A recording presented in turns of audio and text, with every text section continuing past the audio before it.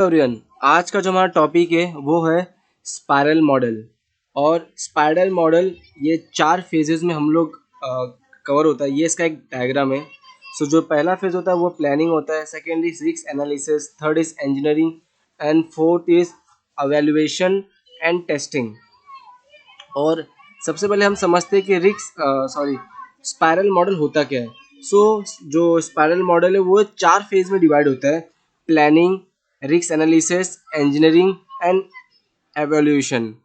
सो जो इसका जो major it emphasise more on risk analysis. इसका जो मॉडल है, ये मॉडल जो इसका बोलते हैं ना एम है या फिर जो इसका ऑब्जेक्टिव है इस मॉडल का, वो है रिस्क एनालिसिस। तो ये बहुत ज़्यादा फोकस करता है। जैसे इसका हर एक जो फेज होता है, वो रिपीटेडली स्पाइरल में घूमता है। स्पाइरल में एक सर्कल के फॉर्म में बार बार वही वो 4 फेज के बीच में उसमें घूमता रहेगा, इसलिए इसको स्पाइरल मॉडल भी कहते हैं।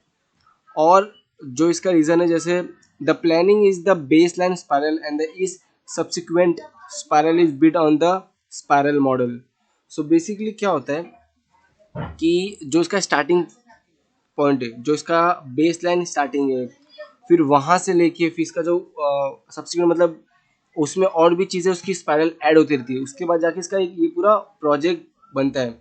और जो सबसे मेजर चीज़ होता है और द जो भी ये प्रोजेक्ट बनता है ये रैपिडली फेजेस में बनता है और आइट्रेशन के फॉर्म में, मतलब एक ही जो फॉर्म होता है वही बार बार आइटरेट होता है।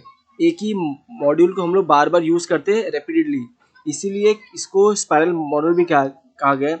और इस टाइप के रिस्क एनालिसिस प्रोजेक्ट को जो ये यूज़ करता है, जैसे जिसमें बहुत ज़्यादा रिस्क होता है ना, उसी ये प्रोजेक्ट को यूज़ करते हैं। और उस प्रोजेक्ट का नाम जैसे मैं एग्जांपल दूँ तो स्पेस क्राफ्ट, ये जो होते हैं ये बहुत ज़्यादा इसको टेस्टिंग की ज़रूरत पड़ती है, बहुत ज़्यादा रिस्क, इसमें बहुत ज़्यादा रिस्क होता है, इसीलिए ये जो प्रोजेक्ट है ये बहुत ज़्यादा उसी वक्त यूज़ होता है।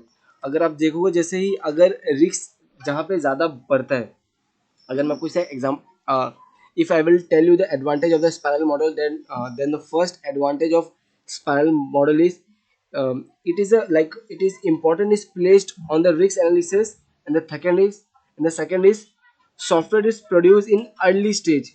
So it is very like it is done in the early stage, and the disadvantage of the spiral model is it is not suitable for the small project. ये स्मॉल प्रोजेक्ट के लिए बिल्कुल suitable नहीं होता। और जैसे ही इसका risk बहुत ज़्यादा होता है, इसीलिए जो इसका कॉस्ट होता है वो भी बहुत ज़्यादा होता है। और इस मॉडल को चलाने के लिए एक्सपर्टीज़ बहुत चाहिए। जो एक्सपर्ट होते हैं वही ये चीज़ों को यूज़ करते हैं। अब हम चलते हैं अपने नेक्स्ट स्लाइड पे। जो पहला फेज है वो है planning phase, second is risk analysis phase, third is engineering and execution phase, and the last phase is evaluation phase. और प्लानिंग फेज क्या होता है? Requirement are gather during the planning phase. Requirement like BRS, that is business requirement specification, and SRS is the system requirement specification। ये सारी चीज़ें जो है ये हम लोग प्लानिंग के फेज में सारी डिज़ाइन होगी कि बिजनेस के रिक्वायरमेंट्स के हिसाब से एक डॉक्यूमेंट बनता है, और सिस्टम के हिसाब से कि सिस्टम कैसा दिखेगा उसके हिसाब से एक डॉक्यूमेंट बनता है। वो दोनों चीज़ें यहाँ पे रेडी होगी। उसके बाद जो होगा वो रिस्क एनालिसिस फेज होगा कि हम लोग अपना एनालिसिस करने वाले कि कितना रिस्क है और क्या है। In this risk analysis phase a process is undertaken to identify risk and the alternate solution. So उसका इस फेज में ये डिसाइड हो कि उसका रिस्क कितना है और उसको अवॉइड करने का या फिर उसको ठीक करने का उसका अल्टरनेट सॉल्यूशन क्या होने वाले हैं। और a prototype is produce at the end of the risk analysis phase. हर एक जैसे एक फर्स्ट फेज, जो भी एक फर्स्ट फेज बनेगा उसी को देख के आगे चीज़ें डेवलप होगी। सो यहाँ पे बहुत ज़्यादा रिस्क एनालिसिस भी होता है। If any risk is found during the risk analysis then alternate solution are suggested and implemented. अगर रिस्क एनालिसिस फेज में कोई भी रिस्क मिलता है तो उसको रिप्लेस करने के लिए हम लोग सॉल्यूशन ढूंढते हैं, और सॉल्यूशन सजेस्टेड होता है, मतलब किसी तरह हम सॉल्यूशन ढूंढ के उसको अप्लाई करते हैं, उसको इम्प्लीमेंट करते हैं। और उसके बाद जो फेज है वो है इंजीनियरिंग एंड एग्जीक्यूशन फेज। इस फेज में जो होता है, जो सबसे मेजर चीज जो डेवलपमेंट और टेस्टिंग का फेज इसी फेज में आता है। और हम लोग इसी फेज़ में अपना डेवलपमेंट और टेस्टिंग दोनों कंप्लीट करते हैं। और जो लास्ट का फेज़ है वो है एवोल्यूशन फेज़ में, जहाँ पे हम लोग this phase allow the customer to evaluate the output of the project to date before the project continues to the next spiral.